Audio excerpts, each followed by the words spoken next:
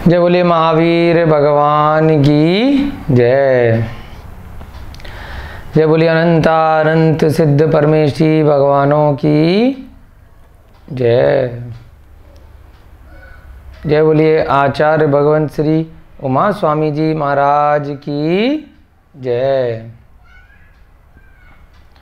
जय बोलिए इस युग के प्रथमाचार्य श्री चारित्र चक्रवर्ती शांत सागर जी महाराज की जय। जय बोलिए आचार्य भगवान गुरुदेव श्री विमल सागर जी महाराज की जय। जय बोलिए आचार्य भगवान गुरुदेव श्री विद्यानंद जी महाराज की जय। सभी को उन्हें जय जिनेन्द्र, जय दुजड़ंदो। हम सभी लोग यहाँ पर तत्वार सूत्र की कक्षाओं का निरंतर स्वाध्याय कर रहे हैं। 141वीं कक्षा कल तक हमने पूरी कर ली थी। आज आपकी 142वीं कक्षा प्रारंभ होने जा रही है।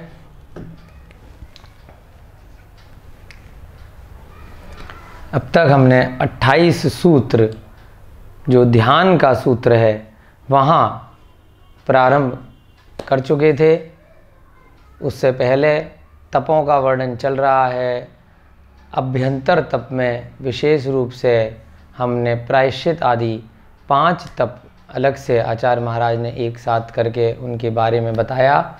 उसके बाद जो अभ्यंतर तप में सबसे मुख्य है ध्यान, उसकी चर्चा कल 28वें सूत्र में हमने प्रारंभ की कि ध्यान कितने प्रकार के होते हैं, ध्यान आखिर होता क्या है और वह क्यों मोक्ष का कारण है। उस सब की चर्चा आज और आगे बढ़ाएंगे। अगले कई सूत्रों में ध्यान के ही ये जो प्रकार कल हमने देखे थे 4 प्रकार, उनके बारे में प्रत्येक ध्यान के बारे में अलग अलग सूत्र आचार्य महाराज ने अलग से बताए हैं। उसकी चर्चा अब हम आज की कक्षा में प्रारंभ करेंगे।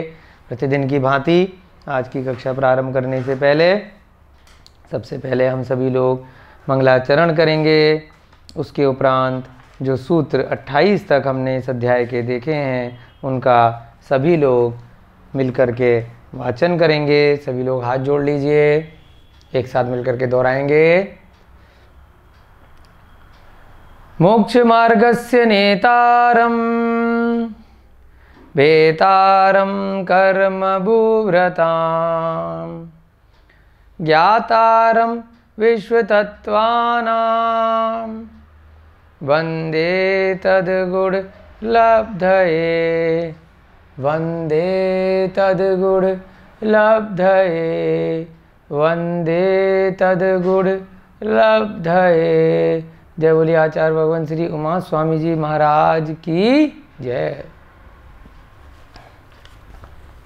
अब आप अपना नव अध्याय निकाल लीजिए, साथ साथ मिलकर 28 सूत्र एक साथ बोलेंगे। आश्रव निरोध संवर सगुप्ति समिति धर्मानुप्रेक्षा परिचय जय चारित्रयी तपसा निर्जरा च सम्यग योग निग्रहो गुप्ति ईर्या भाष्य षडादान निक्षेपोत्सर्गा समितयः उत्तम क्षमा मार्दव आर्जव शौच सत्य संयम तपस्त्यागा किंचन्य ब्रह्मचर्याणि धर्म अनित्याशरण संसारे कत्वान्यत्वा शुच्याश्रव संवर निर्जरालोक बोधि दुर्लभ धर्म स्वाख्यातत्वानु चिंतन मनुप्रेक्षा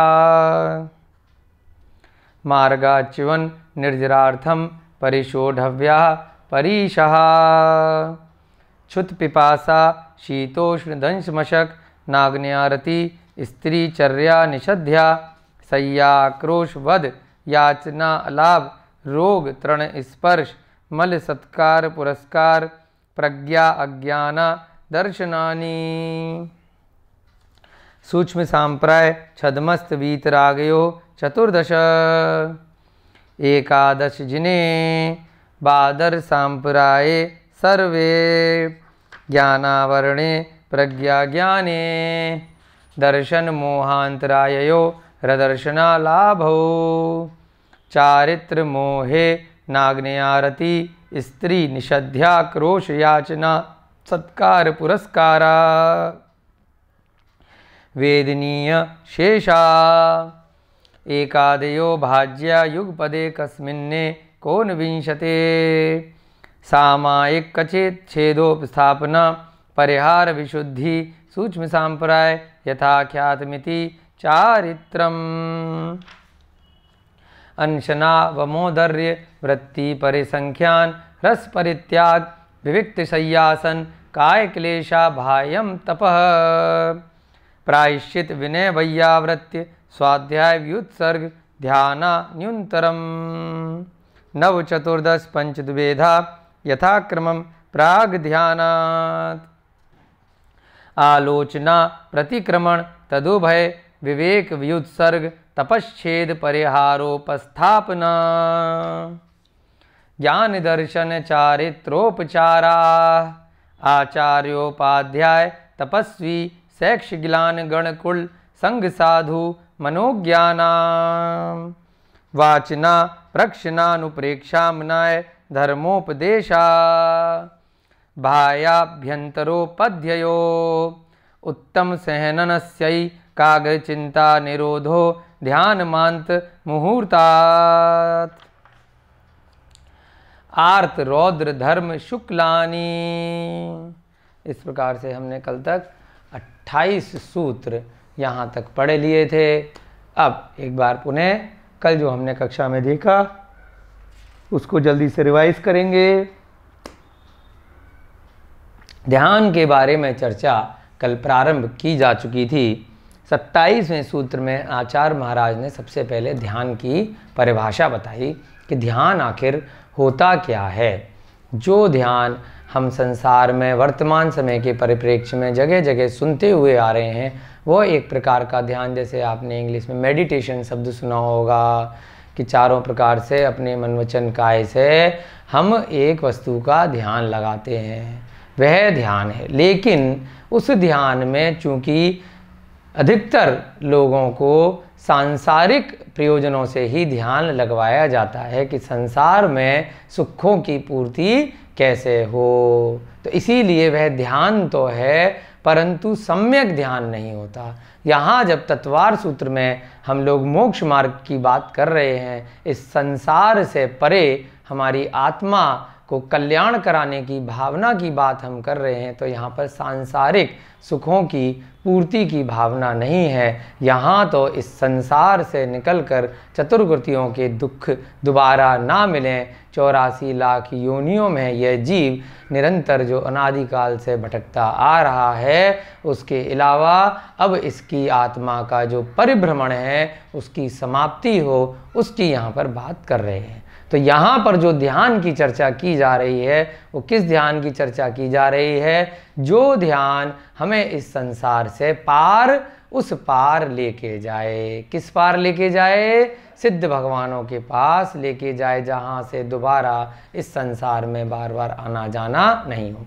तो उस वाले ध्यान की यहाँ पे परिभाषा यहाँ 27वें सूत्र में आचार्य महाराज ने दी है। उत्तम सहननस्यै काग्र चिंता निरोधो ध्यान मांत मुहूर्तात्, यानी कि उत्तम सहनन वाले जीवों का होता है। किनका होता है? जिनका सहनन उत्तम होता है। एकाग्र चिंता निरोधो, यानी एकाग्रचित होकर चिंता का निरोध किया जाता है, यानी कि अन्य सांसारिक चीज़ों से परे हटकर, परे वस्तुओं से हटकर किसी एक वस्तु पर, एक द्रव्य पर, एक तत्व पर, किसी भी एक दिशा में क्या करते हैं? एकाग्रचित होकर निरंतर चिंतन करते हैं। ध्यान अंतर्मुहूर्त, वह ध्यान कहलाता है और वह ध्यान अधिकतम एक अंतर्मुहूर्त के लिए ही होता है। उत्तम सहनन के बारे में कल आपको बताया था जो हमने 8वें अध्याय में 11वां सूत्र देखा था, वहाँ 6 प्रकार के सहनन थे। सहनन माने हड्डियों का प्रकार किस प्रकार का हो सकता है, तो जीवों के 6 प्रकार से हड्डियाँ होती हैं। सबसे जो उत्तम होती है वज्र वृषभ नाराज सहनन, फिर वज्र नाराज सहनन, फिर नाराज सहनन। उसके बाद जो हीन वाली होती है अर्ध नाराज सहनन, कीलक सहनन और असंप्राप्ता सृपाटिका सहनन। तो इसमें ध्यान किसको लगेगा? उत्तम वालों को लगेगा। उत्तम वाली जो है ऊपर की 3 हैं, वज्र वृषभ नाराज और वज्र वृषभ नाराज के बाद दूसरा कौन सा है? वज्र नाराज और तीसरा नाराज। इन सहनन वालों को ही जो उत्कृष्ट ध्यान है वह लगेगा। और उत्कृष्ट ध्यान कौन सा है? जो पूरे अंतर्मुहूर्त के लिए हो जाता है। अब अंतर्मुहूर्त के बारे में कल हमने बात करी थी कि एक आंवली से एक समय अधिक और यहाँ से प्रारंभ होता है और 48 मिनट से 2 समय कम तक ये जो बीच का पूरा पीरियड है एक मुहूर्त के अंदर यानी अंतर मुहूर्त कहलाता है। अब इसमें अगर पूरे के पूरे पीरियड तक यहाँ से ध्यान प्रारंभ हुआ और यहाँ तक ध्यान हटा नहीं, बिल्कुल एकाग्रचित्ता बनी रही एक ही वस्तु के ऊपर और सहनन भी उस जीव का उत्तम था, तो वह जीव कहाँ पहुँच जाएगा? वह जीव आगे के सूत्रों में हम देखेंगे कि वह जीव शुक्ल ध्यान में प्रविष्ट करके मोक्ष को भी प्राप्त कर लेगा। अंत में जाकर उसको केवल ज्ञान की प्राप्ति हो जाएगी। कितनी देर में? मात्र 48 मिनट के अंदर अंदर। जो यहाँ से लेके यहाँ तक पूरा कर लेता है और बीच में उसका ध्यान हटता नहीं है। अन्य जीवों की अपेक्षा से मान लीजिए 2 मिनट के लिए ध्यान हुआ, 10 मिनट के लिए ध्यान हुआ, 15 मिनट के लिए ध्यान हुआ, 47 मिनट तक के लिए भी ध्यान हो गया और ध्यान की एकाग्रचित्ता हट गई, तो वह ध्यान तो कहलाएगा क्योंकि अंतर मुहूर्त के अंदर वह हो गया, परंतु उससे केवल ज्ञान की प्राप्ति नहीं हो पाएगी। तो निरंतर अभ्यास किया जाता है। जैसे बोलते हैं ना इंग्लिश में, practice make the man perfect. बार बार बार बार आप किसी चीज़ का अभ्यास करते हैं तो एक समय ऐसा आता है कि पहले वो अभ्यास थोड़ा कम रहेगा, फिर बढ़ेगा, कम ज़्यादा होगा और अंत में जाकर जब आपके अभ्यास में इतने कुशल हो जाएंगे तो वह पूरा आप परफेक्ट हो जाएंगे। तो जो परफेक्ट की क्रिया पे हमें पहुंचना है, संपूर्ण अभ्यास तक हमें पहुंचना है, इस भव में ना सही तो अगले भवों में हमारा ये अभ्यास पूरा हो जाए, उसी के लिए यहाँ पर आचार्यों ने जो सामायिक बताया, ध्यान की अलग अलग तरीके से करने की अवस्थाएं बताई, वह सब अब आगे यहाँ पर इन्हीं सूत्रों में आज ही के अध्याय में हम करने का प्रयास करेंगे कि एकाग्रचित्ता आखिर बनती कैसे है, किस प्रकार से हमें सम्यक ध्यान लगाना है। सम्यक ध्यान लगाने के लिए अति आवश्यक है कि सम्यक दर्शन होना बहुत ज़रूरी है, सम्यक ज्ञान होना बहुत ज़रूरी है, सम्यक चारित्र उस जीव को ग्रहण करना जरूरी है और उसके उपरांत इन तीनों के साथ में जब वह जीव तीनों का सम्मिश्रण करके योग्य सही तरीके से ध्यान लगाता है तो कोई बाधा नहीं है कि उस जीव को मोक्ष या केवल ज्ञान क्यों ना हो। तो हमें इसीलिए जानना अति आवश्यक है।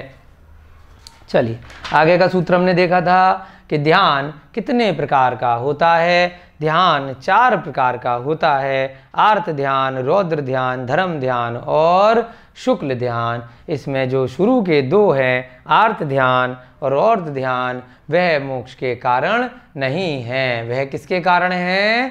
यहीं संसार के कारण है, परंतु वह भी ध्यान की डेफिनेशन में आ रहे हैं क्योंकि इसमें आगे आचार्य महाराज आज के सूत्र में बताएंगे कि ध्यान तो है परंतु अप्रशस्त ध्यान है, अच्छा ध्यान नहीं है, शुभ ध्यान नहीं है, इसीलिए वह ध्यान मोक्ष का कारण नहीं है। लगातार किसी वस्तु का ऐसा चिंतन करना कि जिससे दुख आए, विपत्ति आए, कष्ट आए, रोग है, तो उसकी वेदना के लिए हम बार बार सोच रहे हैं, तो वह भी क्या चल रहा है? आपके मन में जो भी विचार चल रहे हैं, जो भी चिंतन चल रहा है, वह भी ध्यान ही कहलाता है। कहते हैं ना मेरी उसकी याद आ रही है, मुझे उसका ध्यान आ रहा है, तो वह सब क्या है? मोह के वशीभूत हम किसी भी बात का जब भी चिंतन करते हैं, सांसारिक प्रयोजनों से, सांसारिक कारणों से किसी भी वस्तु की प्राप्ति के लिए, या कोई वस्तु गलत प्राप्त हो गई है तो उससे दूर हटने के लिए, किसी भी दुख के लिए, किसी भी चिंता के लिए, किसी भी कष्ट के लिए, रोग के लिए, विपत्ति के लिए, वह सारा ध्यान कौन सा ध्यान कहलाता है? यही आर्त ध्यान कहलाता है। यह ध्यान करने के लिए आचार्य महाराज कह रहे हैं क्या? नहीं कह रहे हैं। तो किसकी कह रहे हैं? आगे वाले की देखते हैं।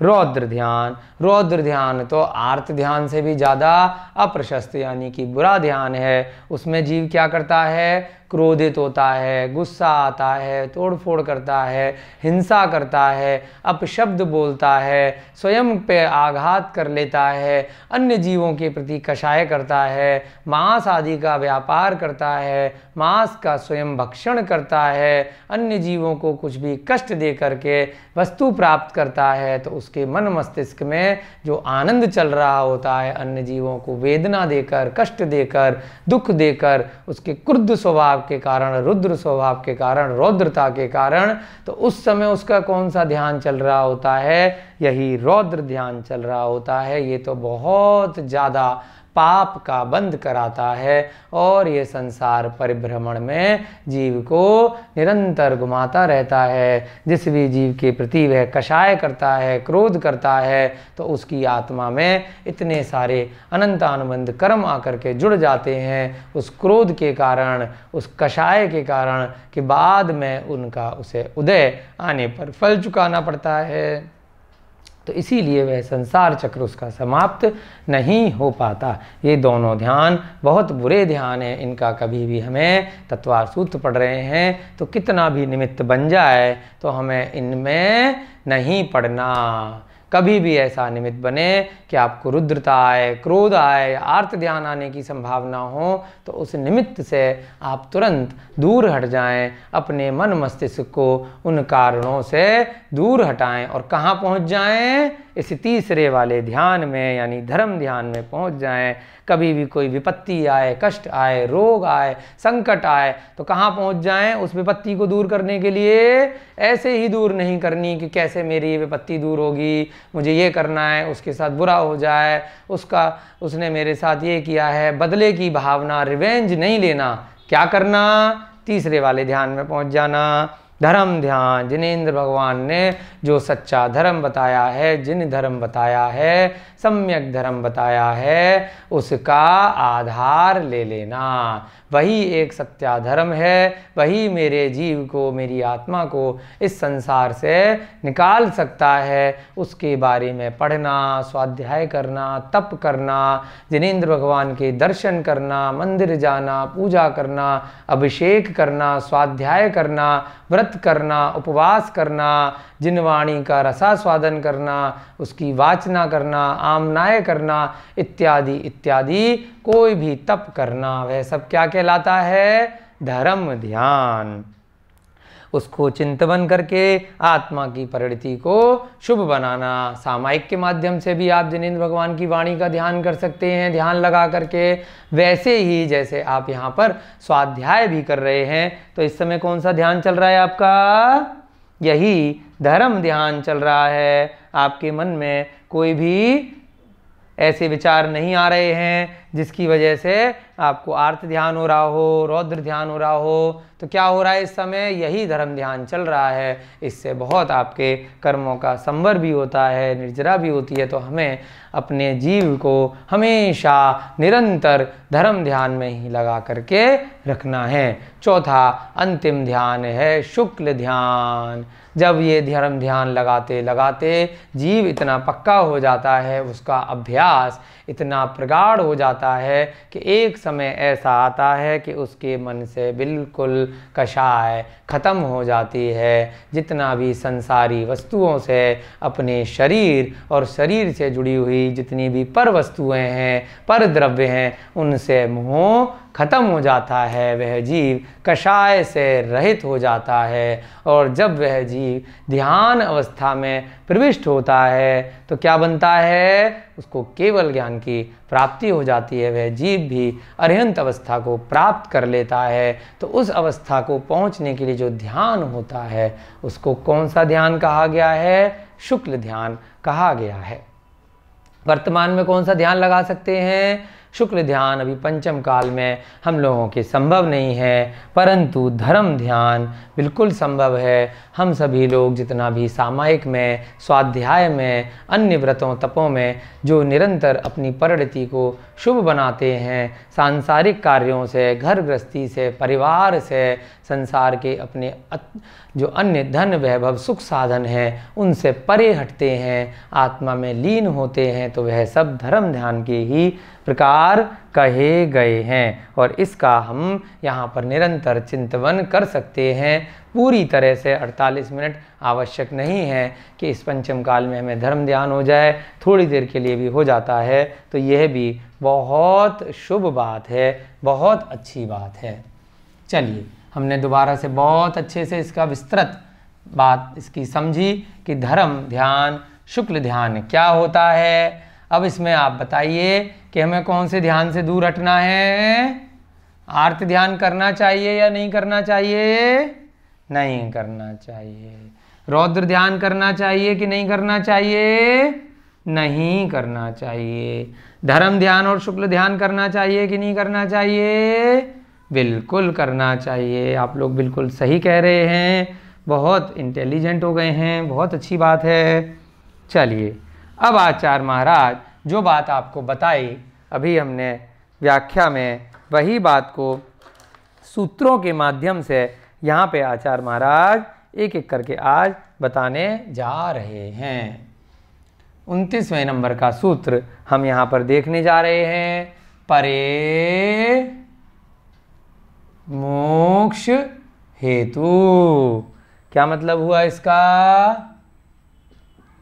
पर माने दूसरा, परे माने दूसरे, यानी बाद के। परे का मतलब बाद के, बाद के मोक्ष के हेतु हैं। हेतु माने कारण। अब बाद के कौन से, ये परे शब्द कौन सा है, संस्कृत भाषा का प्रयोग हुआ है, तो इसमें कैसे लगाएंगे हम, इसका जब हम संधि विच्छेद करेंगे तो संस्कृत में आपने पहले भी कई बार उदाहरण में देखा है, एक सूत्र होता है फलम, फले, फलानी। फलम का मतलब एक फल, फले का मतलब दो फल, फलानी का मतलब बहुत सारे फल। तो यहाँ पर क्या है, परे, यानी कि किससे मिलता जुलता है, फले, यानी कि कितने फल थे, पर फले में दो फल थे, तो यहाँ पे क्या लग जाएगा, दो परे, यानी परे के दो, यानी बाद के दो। बाद का यानी कि बाद का लास्ट की बात केवल ना करके जो पिछले सूत्र में 4 की लिस्ट दी उसमें बाद के दो। परे से क्या तात्पर्य निकला, परे मोक्ष हेतु, परे मोक्ष हेतु। क्या अर्थ बना इसका, परे माने बाद के दो। अब दो कैसे निकला, फलम, फले, फलानी, फले से दो, है ना। तो यहां पर क्या बन गया, परे से बाद के दो, यानी कि द्विवचन। तो इसीलिए यहां पर बाद का एक न लेके क्या लिया है हमने, परे से बाद के दो। मोक्ष हेतु माने, मोक्ष के हेतु माने कारण है, मोक्ष माने मोक्ष के, यानी कि इस जीव को संसार से निकाल कर सिद्ध सुला में पहुंचाने के, हेतु माने कारण है। बाद के दो यानी कि 4 जो हमने पढ़े उसमें धर्म ध्यान और शुक्ल ध्यान ये साक्षात और परंपरा से मोक्ष के कारण हैं। धर्म ध्यान से मोक्ष नहीं होता, लेकिन धर्म ध्यान एक सीढ़ी है। उस सीढ़ी पे धीरे धीरे चढ़कर अंत में 14वें नंबर की सीढ़ी जो है वो अंत में जाकर आपको मोक्ष में पहुंचा देती है। लेकिन सीढ़ी की शुरुआत कहाँ से होती है? आर्तरोध ध्यान से होती है क्या? नहीं होती है। सीढ़ी की शुरुआत धर्म ध्यान से ही होती है। अर्थात बाद के दो ध्यान, धर्म ध्यान व शुक्ल ध्यान, मोक्ष के कारण हैं। बाद के दो ध्यान कौन से हैं? धर्म ध्यान और शुक्ल ध्यान मोक्ष हेतु, मोक्ष के कारण हैं। यदि आपको लगता है कि संसार में बहुत दुख हैं, चतुर्गतियों के बहुत कष्ट हैं और आपने डिसाइड किया है कि आपको मोक्ष चाहिए, अब बहुत हो गया अनादिकाल से मेरा जीव न जाने क्यों भटक रहा है, अब तक मुझे मोक्ष क्यों नहीं हुआ था, कोई दिक्कत नहीं है, जब जागे तब सवेरा। आपने पहले भी कई बार पढ़ा है कि प्रत्येक 6 महीने 8 समय में 608 जीव मोक्ष की प्राप्ति करते हैं। तो एक रफली अगर हम एवरेज निकालते हैं 6 महीने 8 समय में मोटे मोटे 180 दिन होते हैं, तो प्रतिदिन लगभग 3-4 जीव मोक्ष जाते हैं। तो अब तक हमारा नंबर क्यों नहीं आया? यह शाश्वत नियम है। 608 जीव इतने समय में निगोद से निकल के संसार में अन्य गतियों में आते हैं और इतने ही जीव संसार से निकलकर सिद्धिशिला पर मोक्ष में प्रविष्ट होते हैं। तो हमारा नंबर क्यों नहीं आया? कोई दिक्कत नहीं है। कब आएगा? जब आप ये धर्म ध्यान प्रारंभ कर देंगे। मोक्ष पर जाने के लिए आप सीढ़ी बढ़ा देंगे। आप कैसा भी चारित्र ग्रहण कर सकते हैं, एक देश चारित्र या महाव्रत के रूप में सर्वदेश चारित्र। तो उस सीढ़ी के लिए यहाँ पर प्रारंभ करने के लिए आचार्य महाराज बता रहे हैं कि बाद के दोनों ध्यान मोक्ष के कारण हैं। तो यदि आपको मोक्ष चाहिए तो आपको आर्त और रौद्र ध्यान से हटना है, धर्म ध्यान में आपको प्रविष्ट होना है। चलिए अब आगे लिखेंगे इसमें हम नीचे बाद के दो ध्यान, धर्म ध्यान और शुक्ल ध्यान मोक्ष के कारण हैं। चलिए यहाँ हम नोट पे लिखेंगे कि प्रारंभ के दोनों जो ध्यान हैं वो मोक्ष के कारण नहीं, तो वो कहाँ के कारण हैं? प्रारंभ के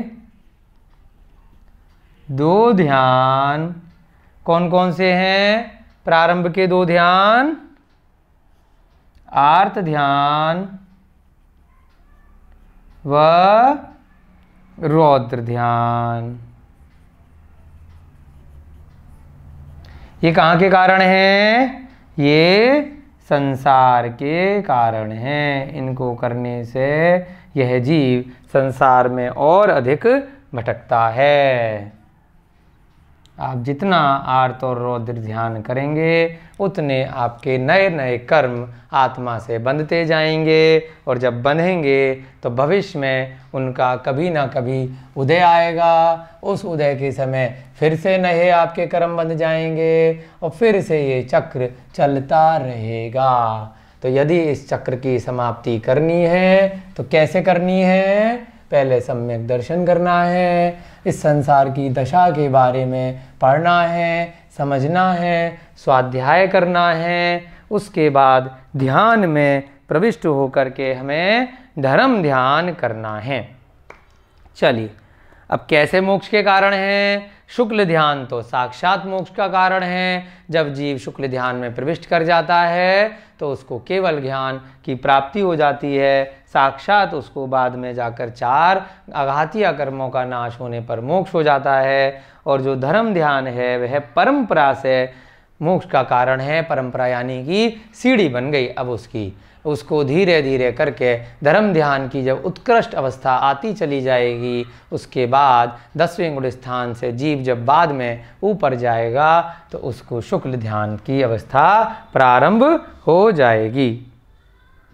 धर्म ध्यान कौन से गुण स्थान से प्रारंभ हो सकता है? धर्म ध्यान जीव के चौथे गुण स्थान से, यानी कि जब वह जीव मिथ्या दर्शन से निकल करके सम्यक दृष्टि बन जाता है, वहाँ से वह धर्म ध्यान की अवस्था प्रारंभ हो सकती है। और कहाँ तक जा सकती है? जो आचार्यों ने इसकी टीकाओं में बताया कि 10वें गुण स्थान तक धर्म ध्यान जीव जा सकता है। चलिए यहीं पर लिखेंगे इसी नोट में हम शुक्ल ध्यान जो है वह साक्षात मोक्ष का कारण है। शुक्ल ध्यान करने से डायरेक्ट ही सीधे मोक्ष हो जाता है। शुक्ल ध्यान साक्षात मोक्ष का कारण है और धर्म ध्यान परंपरा से मोक्ष का कारण है। धर्म ध्यान करने से एकदम से मोक्ष नहीं होता, परंतु एक सीढ़ी बन जाती है, उसके गुण स्थान ऊपर बढ़ने प्रारंभ हो जाते हैं। परंतु जो धर्म ध्यान है परंपरा से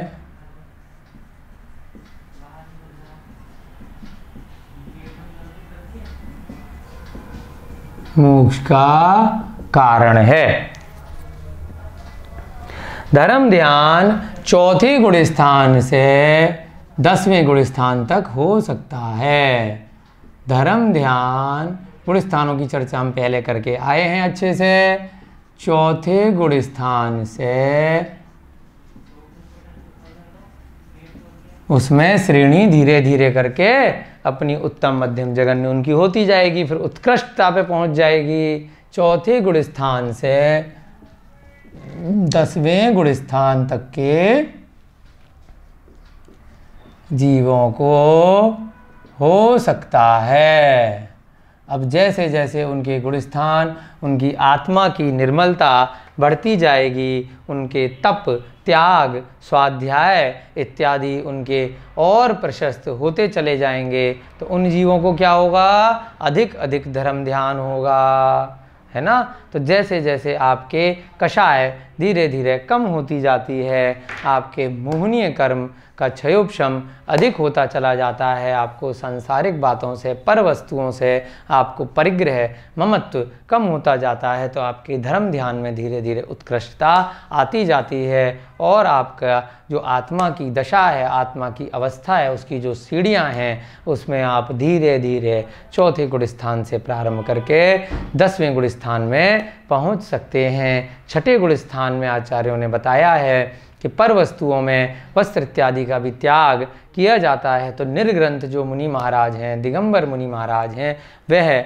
छठे गुण स्थान से ऊपर माने जाते हैं। 5वें गुण स्थान तक जो प्रतिमाधारी श्रावक हैं, जो अणुव्रत, गुणव्रत जिन्होंने ले रखे हैं, वहाँ तक आते हैं। चलिए आपके समझ में आ गया, बहुत अच्छे से आपको समझाया है यहाँ पर। अब यहाँ पर हम अगला सूत्र देखेंगे। परे मोक्ष हेतु बाद के दो, यानी कि धर्म ध्यान और शुक्ल ध्यान मोक्ष के कारण हैं। अब इसके बाद आचार्य महाराज यहाँ पर जो 4 प्रकार के ध्यान बताए हैं, अगले सूत्रों में उनके बारे में थोड़ी सी चर्चा यहाँ पर आचार्य महाराज करने जा रहे हैं कि आर्त ध्यान क्या होता है, उसकी क्या परिभाषा होती है, वह कितने प्रकार का होता है। दूसरा, रौद्र ध्यान क्या होता है, फिर धर्म ध्यान क्या होता है, और अंत में शुक्ल ध्यान क्या होता है, जो आपने अभी हमारे शब्दों में, अन्य शब्दों में जिस बात को समझा, उसको आचार्य महाराज यहाँ पर 30वें सूत्र से धीरे धीरे प्रारंभ करने जा रहे हैं। आर्त मनोज्ञस्य, आर्त मनोज्ञस्य, उसके बाद संप्रयोगे तद्विप्रयोगाय, प्रयोगे तद्वि प्रयोगाय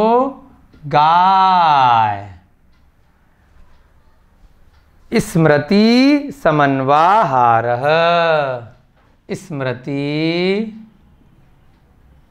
समन्वाहारः।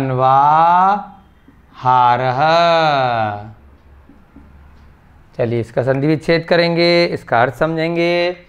अब आचार्य महाराज ने 28वें सूत्र में 4 प्रकार के जो ध्यान बताए थे, उसमें पहला ध्यान बताया था कौन सा? आर्त ध्यान, जिसके बारे में हमने सामान्य शब्दों में समझा कि कोई भी ऐसी वस्तु आ गई जिससे आपको दुख हो रहा है, कष्ट हो रहा है, रोग आ रहा है, विपत्ति आ रही है, तो उसको निरंतर चिंतन करना कि ये कब दूर हो, कब मेरा दर्द दुख दूर हो। तो उसके लिए आचार्य महाराज ने 30वें सूत्र में बड़ी सुंदर परिभाषा दी कि आर्त ध्यान का क्या मतलब होता है। तो इसको कहाँ तक लेंगे हम? आर्तम। आर्तम का मतलब, आर्तम का मतलब आर्त ध्यान है ना। यहाँ पर हलंत लगा लीजिए साक्षात में, और यहाँ पर क्या है? आर्तम, यानी कि आर्त ध्यान। और यहाँ से क्या लेंगे? 2 बार म था तो म पे हलंत यहाँ चला गया, तो यहाँ क्या रह गया? अमनोज्ञस्य। कैसे पढ़ेंगे इसको? आर्तम, यानी कि आर्त ध्यान। माँ छोटा वाला आर्त के साथ जुड़ गया, तो यहाँ क्या रह गया? अमनोज्ञस्य। मनोज्ञ का मतलब पहले भी आपको एक बार बताया था, पिछले सूत्र में एक बार मनोज्ञ आया था, तो वहाँ पर हमने क्या बताया था कि ऐसे व्यक्ति, ऐसे मुनि महाराज जिनकी जगत में बहुत प्रसिद्धि हो, उनको मनोज्ञ वाले हमने मुनि महाराज बताए थे। जो 10 प्रकार के हमने मुनि महाराज देखे थे, जिनकी हमें वैयावृत्ति करनी थी। परंतु यहाँ पर मनोज्ञ शब्द का क्या मतलब है, वहाँ भी आपको इसका पर्यायवाची बताया था। मन को योग्य लगने वाली, यानी मन को अच्छी लगने वाली, मन के योग्य। तो क्या बन गया? मनोज्ञ। जो चीज़ हमें चाहिए वैसी चीज़ मिल जाए। हमें कोई चीज़ खाने की बढ़िया लगती है, पहनने की बढ़िया लगती है, वाहन अच्छा लगता है, मकान अच्छा लगता है, सुख साधन अच्छे लगते हैं, कोई संपत्ति अच्छी लगती है, कोई आभूषण अच्छा लगता है, तो मन के योग्य थी तो वह मिल गई, बहुत अच्छी बात है। परंतु यहाँ पर क्या लगा दिया? अमनोज्ञस्य, मन को अच्छी नहीं लगने वाली। स्य माने का। अमनोज्ञस्य का क्या मतलब है? जो चीज़ मन को अच्छी नहीं लगती, आपके मन के विपरीत है। कोई व्यक्ति भी हो सकता है, कोई सांसारिक वस्तुएं इत्यादि कुछ भी हो सकती हैं। संप्रयोगे, सम माने उसका सम्मिश्रण हो जाना, उसकी प्राप्ति हो जाना। संप्रयोग के क्या मतलब है? उसका मिल जाना। ऐसी वस्तु जो आपको अच्छी नहीं लगती है, खाने की कोई वस्तु है जो आपको पसंद नहीं है, वो आपको मिल गई, आपकी थाली में आ गई, तो उसको क्या बोला? संप्रयोगे। कोई भी व्यक्ति है जो आपको पसंद नहीं है, वो आपके घर पर आ गया, आपके सामने आ गया, तो आप क्या कर रहे हैं? तद्विप्रयोगाय, यानी कि उसका प्राप्ति हो जाने पर। तद माने उसका, फिर यहां से क्या लेंगे हम? तद विप्रयोगाय। विप्रयोग यानी कि पहले क्या था? संप्रयोग, यानी कि मिल गया। विप्रयोग यहां से तद अलग निकाल देंगे। विप्रयोग यानी कि अब ये कैसे दूर हटे। संप्रयोग यानी वो आपको मिल गई, विप्रयोग यानी वो दूर हटे। तद माने उसका, उसको दूर हटाने के लिए स्मृति, हमेशा सोचते रहना। समन्वाहार का मतलब होता है निरंतर, लगातार, कंटिन्यूअस, बार बार ध्यान में यही लगे रहना कि यह व्यक्ति मेरे जीवन में क्यों आ गया, यह वस्तु मुझे प्राप्त क्यों हो गई, अब ये कैसे दूर हटे, उसी में पूरा दिमाग लगा के रखे हुए हैं। उसी में लगातार चिंतन कर रहे हैं। कोई भी ऐसी विपत्ति आ गई जिस कारण से आपको कोई केस करना पड़ गया, उसके लिए आप बार बार चक्कर लगा रहे हैं, परेशान हो रहे हैं। तो क्यों हो रहे हैं? उस समय आपके चाहे ये 1 महीने तक ध्यान चलता रहे, 6 महीने तक चलता रहे, सालों सालों तक आपका कोई केस चल रहा है, तो निरंतर परेशान हुए जा रहे हैं। तो कितना संसार का कारण है। आप उस समय जब तक ये निरंतर उस विपत्ति से दूर हटने के लिए आप प्रयोग करते जा रहे हैं, तो क्या है? आर्त ध्यान आपको संसार में फंसा के रखेगा। तो इस ध्यान को इसलिए आचार्य महाराज ने यहाँ पे बताया कि अगर हमने आर्त ध्यान से दूर हटना है तो कैसे हटना है? समता के साथ में जो हमें कषाय मिली है, वेदना मिली है, उसको समता पूर्वक कर्मों का उदय मान करके उसको सहना है। कोई भी चोट लग गई, रोग हो गया, बेड पे पड़ गए, दुर्घटना हो गई, कोई भी विपत्ति आ गई, निरंतर उस दर्द में परेशान हो रहे हैं कि कैसे दूर हो, कैसे इसका इलाज किया जाए। हे राम, मैंने कैसे कैसे कष्ट किए, क्यों मेरे साथ ऐसा हुआ, मैंने किसी के साथ बुरा नहीं किया। कोई भी व्यक्ति आपका दूर चला गया तो उसके लिए आप परेशान हो रहे हैं। तो क्या कहते हैं इसको? अनिष्ट संयोजक। इसका दूसरा नाम आचार्य महाराजों ने इसकी टीका में बताया, अमनोज्ञ चीज का मिल जाना अनिष्ट संयोजक आर्त ध्यान कहलाता है। अनिष्ट माने जो आपका इष्ट नहीं है, उसका संयोग हो जाना, संयोजक वह चीज़ आपको मिल जाना। जो चीज़ आपको अच्छी नहीं लग रही है उसको दूर करने के लिए निरंतर आप प्रयास कर रहे हैं, अभ्यास कर रहे हैं, और आपका स्मृति में वह हमेशा चलते रह रहा है। तो क्या कहलाता है? आर्त ध्यान। आर्तम यानी कि आर्त ध्यान। दूसरा क्या है? अमनोज्ञस्य,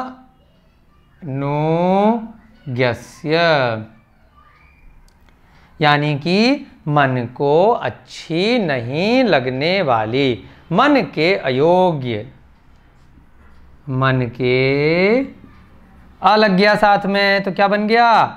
अयोग्य। मन के विपरीत, जो चीज़ आपको पसंद नहीं है, मन को अच्छी नहीं लगने वाली, उसका क्या हो गया? संप्रयोगे, यानी कि मिल जाना। संप्रयोगे, उसका प्राप्त हो जाना। उससे क्या होगा? तद, तद माने उससे दूर हटने के लिए, उससे दूर करने के लिए, उसको। संप्रयोग का विपरीत क्या है? विप्रयोगे, उसको दूर करने के लिए।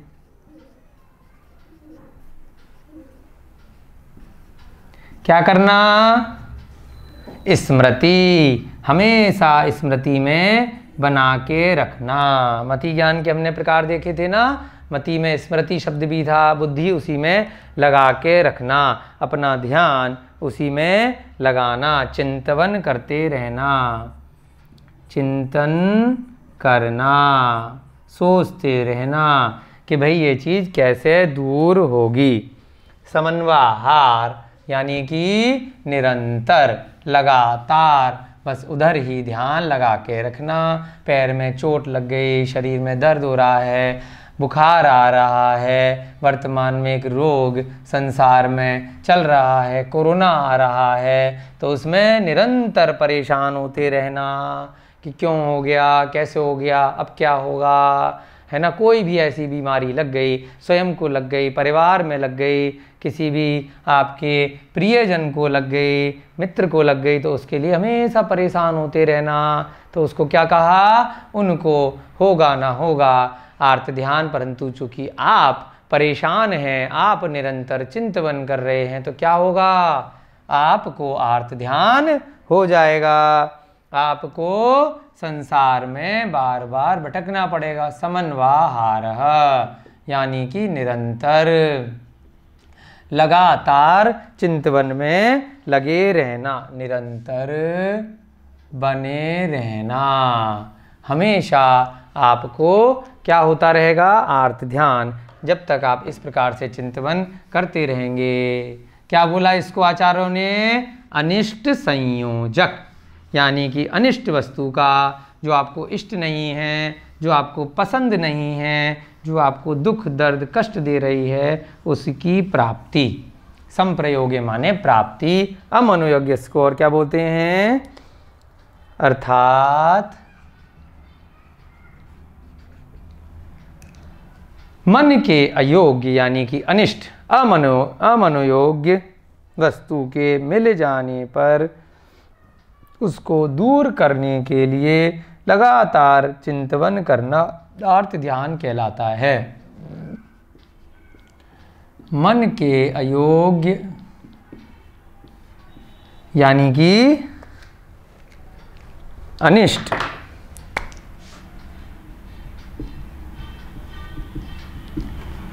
वस्तु के प्राप्त हो जाने पर, संयोग हो जाने पर, वस्तु के प्राप्त हो जाने पर उसको दूर करने के लिए निरंतर उसका चिंतवन करना, उसका चिंतन करना क्या कहलाता है? आर्त ध्यान कहलाता है। चिंतवन करना आर्त ध्यान है। इस आर्त ध्यान का अन्य शब्दों में आचार्यों ने नाम क्या दिया? यह आर्त ध्यान अनिष्ट संयोजक। इसको अन्य शब्दों में कई जगह यह शब्द भी प्रयोग किया जाता है, अनिष्ट संयोगज। अनिष्ट संयोगज यानी अनिष्ट वस्तु का संयोग हो जाना, प्राप्ति हो जाना, यह आर्त ध्यान अनिष्ट संयोगज आर्त ध्यान कहलाता है। आगे बात समझ में आपके?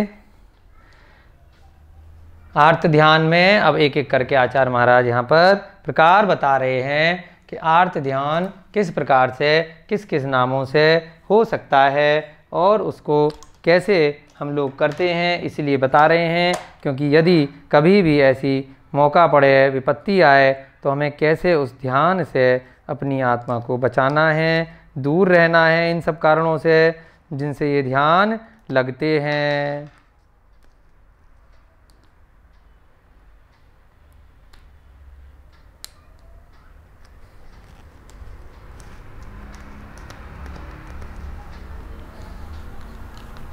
चलिए अगला वाला सूत्र देखें।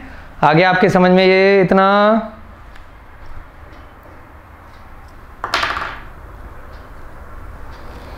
यहाँ पर आपके समझ में आ गया है इतना।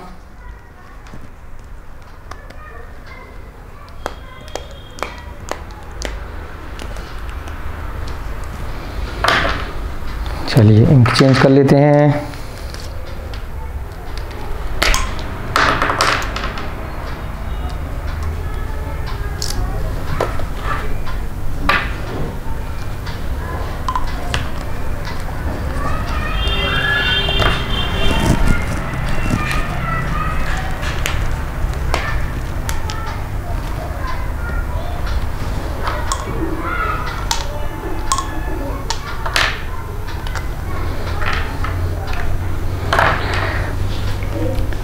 आर्त वाला ये वाला ध्यान हो गया आपका। अगला सूत्र देखते हैं अब हम, यहां से मिटा दें। यहां तक हो गया आपका अनिष्ट संयोजक। अब अगला सूत्र आचार्य महाराज बता रहे हैं कि दो प्रकार से ये चीज हो सकती है।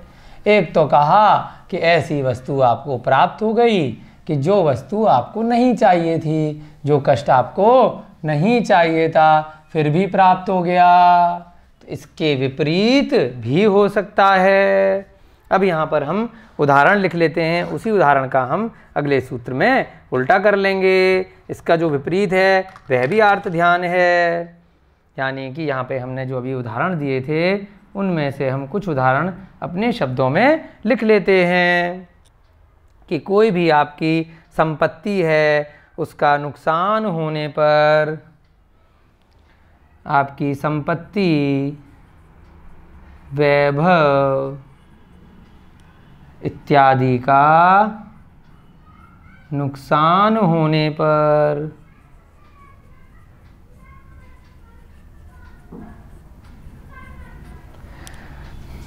स्वयं को अथवा किसी इष्ट व्यक्ति को, इष्ट को कोई रोग, कष्ट, दुख हो जाने पर जो निरंतर उसका चिंतन होता है उसे अनिष्ट संयोजक आर्त ध्यान कहते हैं। दुख हो जाने पर जब निरंतर उसको दूर करने के लिए चिंतन होता है, वह आर्त ध्यान अनिष्ट संयोगज है और यह पाप बंध कराता है तथा संसार का कारण है। अब ये दुख आ गया तो अब क्या किया जाए? तो आचार्यों ने यहाँ पर बताया कि यदि समता भाव के साथ कोई जीव ऐसे दुख दर्द को, कष्ट को सहन करता है तो उसके आर्त ध्यान नहीं होता। चाहे किसी भी तरह की आपको विपत्ति आ जाए, कष्ट आ जाए, संकट आ जाए, और उस समय यदि आप समता के साथ में उन विपत्तियों को, उन कष्टों को यदि सहन कर लेते हैं तो क्या होगा? अपने कर्मों का उदय मान करके यदि आप उसको सहन कर लेते हैं तो आपको वह आर्त ध्यान नहीं होगा। वह आपका बुरा वक्त ऐसे ही निकल जाएगा। वो विपत्ति कब आई और कब गई आपको पता भी नहीं चलेगा। यदि आपने सम्यक स्वरूप उसको अपने कर्मों का उदय मान करके ग्रहण कर लिया। यदि नहीं किया तो आपको वह आर्त ध्यान दुख देगा, कष्ट देगा और आगे फिर से संसार का कारण बन जाएगा। चलिए 31वां सूत्र जल्दी से करेंगे, फिर आपको ये वाली बात समझ में आ जाएगी। क्योंकि आचार्य महाराज ने इस समता भाव से इन कष्टों को सहन करने के लिए 32वें नंबर का सूत्र अलग से दिया है। पहले 31वां सूत्र देखते हैं, उसके बाद समय बचेगा तो आज ही 32वां देखेंगे, नहीं तो कल देखेंगे कि समता भाव से यदि कोई जीव इन विपत्तियों को, इन कष्टों को, इन दुखों को यदि सहन करता है तो उसकी वो विपत्ति, दुख कब दूर हो जाते हैं जिनेंद्र भगवान की कृपा से उसको स्वयं को भी पता नहीं चलता। तो यहाँ पर आचार्य महाराज क्या कह रहे हैं? विपरीतम मनोज्ञस्य, विपरीतम मनोज्ञस्य, यानी कि पिछले सूत्र में जो हमने लिखा था आर्त मनोज्ञस्य संप्रयोगे तद विप्रयोगाय स्मृति समन्वाहारः, तो पिछले सूत्र का अब हम विपरीत करेंगे। विपरीत क्या हो जाएगा? अमनोज्ञस्य का विपरीत मनोज्ञस्य। यहाँ पर आचार्य महाराज ने संधि नहीं करी, यहाँ पर क्या लिखा? मनोज्ञस्य अलग से लिख दिया। तो क्या बन गया? मनोज्ञ का विपरीत हो जाने पर, यानी कि इसकी जगह मनोज्ञ कर दिया और इन तीनों का आप विपरीत कर लीजिए। कैसे करेंगे? यानी कि जो चीज़ मन को अच्छी लग रही थी वह प्राप्ति की जगह क्या हो गया, दूर हो गई, उसका विप्रयोग हो गया। और यहां पर क्या कर देंगे, तद संप्रयोग, यानी कि उसको प्राप्त करने के लिए स्मृति समन्वाहारः। तो अगर इस सूत्र को अगर हम विपरीत बनाएंगे तो इसकी जगह ये हो जाएगा और इसकी जगह ये हो जाएगा। कैसे पढ़ेंगे, आर्तम मनोज्ञस्य, आर्त ध्यान है मन को अच्छी लगने, यहाँ पे क्या था, मन को अच्छी नहीं लगने वाली, विपरीत क्या हो जाएगा, इसका विपरीत, मन को अच्छी लगने वाली चीज, संप्रयोग जी क्या हो जाएगा, विप्रयोग, वो दूर हट गई, आपका पुत्र है, आपके परिवारीजन हैं, वो आपसे दूर चले गए, तो उसको प्राप्त करने के लिए वो वापस कब आएगा, वो पैसा मेरा जो दूर चला गया वो वापस कब आएगा, कोई आपका नुकसान कर गया, कहीं आपको लॉस हो गया व्यापार में, कहीं आप किसी परीक्षा में उत्तीर्ण नहीं हो पाए, तो ये सब चीज़ क्या है, मन को अच्छी लग रही थी। यदि आप उत्तीर्ण हो जाते, यदि आपको रुपया पैसा परिवारीजन आपके साथ में होते, धन वैभव संपत्ति होती, तो वो आपको अच्छी लगने वाली चीज़ें थीं, आपको कोई बहुत अच्छी खाने वाली चीज़ मिलने वाली थी, वह आपको नहीं मिली। उसको प्राप्त करने के लिए, उसको संप्रयोग करने के लिए स्मृति समन्वाहारः, उसका निरंतर चिंतन करते रहना। तो अब यहाँ पर हम इस सूत्र का पहले विपरीत बनाएंगे। विपरीत कैसे बनेगा, आर्तम मनोज्ञस्य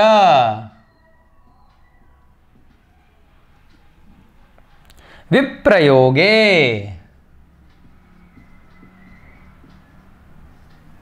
तद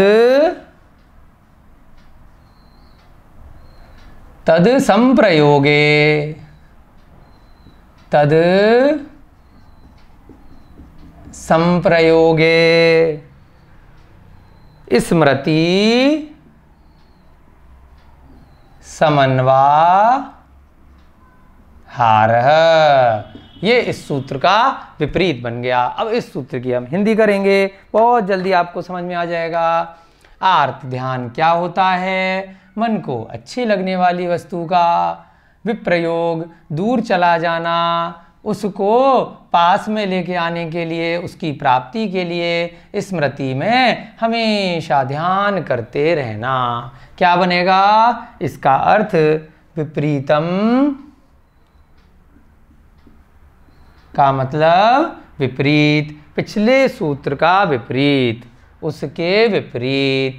और दूसरा शब्द क्या है, मनोज्ञस्य, मन को अच्छी लगने वाली। ठीक है, तो इसका अर्थ लिखेंगे हम विपरीतम, यानी कि उसके विपरीत, यानी पिछले सूत्र के विपरीत। मनोज्ञस्य, मन को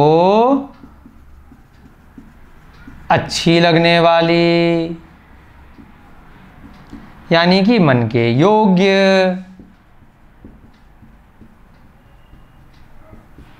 अब यहां से हम इसका अर्थ चेंज कर जाएंगे। यहां पर क्या हो जाएगा, मनोज्ञस की जगह मन, यहां से अमनोज्ञस्य था, ये क्या था पहले, अमनोज्ञस्य, तो यहां पर क्या बन जाएगा, मनोज्ञस्य, इसका विपरीत मनोज्ञस्य, मन के योग्य, यानी कि मन को अच्छी लगने वाली, नहीं हट जाएगा, क्या बन जाएगा यहाँ पर, मन को अच्छी लगने वाली, नहीं, यहां से हटा देते हैं।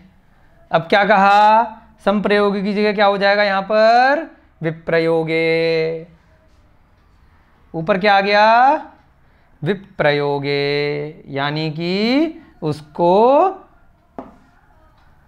दूर हो जाना, जो मन को अच्छी लगने वाली चीज थी वह दूर हो जाना।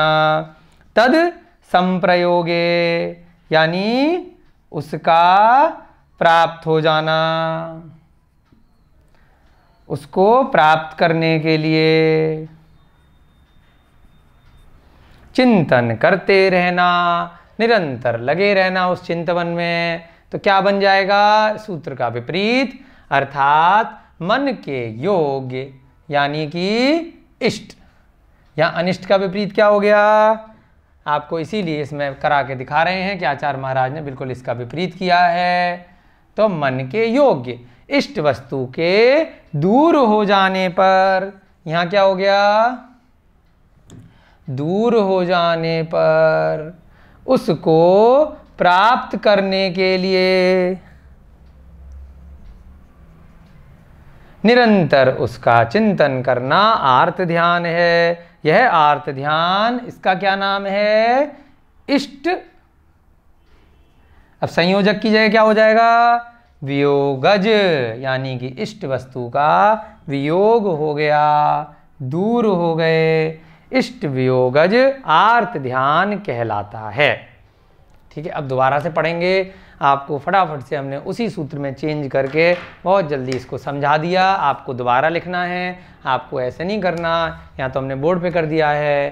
क्या बना विपरीत, पिछले सूत्र का विपरीत, आर्तम मनोज्ञस्य विप्रयोगे तद संप्रयोगे स्मृति समन्वाहारः, यानी कि पिछले सूत्र के जो विपरीत है, मन को अच्छी लगने वाली बात है, तो विपरीत क्या हो गया, आर्त ध्यान। जो चीज़ आपको इष्ट थी, बहुत प्रिय थी, उस वस्तु का आपसे दूर चले जाना और उसकी प्राप्ति करने के लिए अब आप हर समय सोच रहे हो मेरा पुत्र वापस कब आएगा, मेरी ये जो वस्तु चली गई है वो वापस कब आएगी, तो हमेशा चिंतन करते रह रहे हैं। तो क्या होगा, उससे मोहनीय कर्मों का बंध होगा। उसके करने से क्या होगा, आपको इष्ट वियोगज आर्त ध्यान कहलाएगा।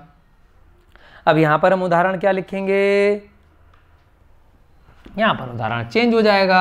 आपको कोई इष्ट वस्तु है, वो आपसे दूर चली गई है, उसको वापस लाने के लिए आप निरंतर चिंतन कर रहे हैं,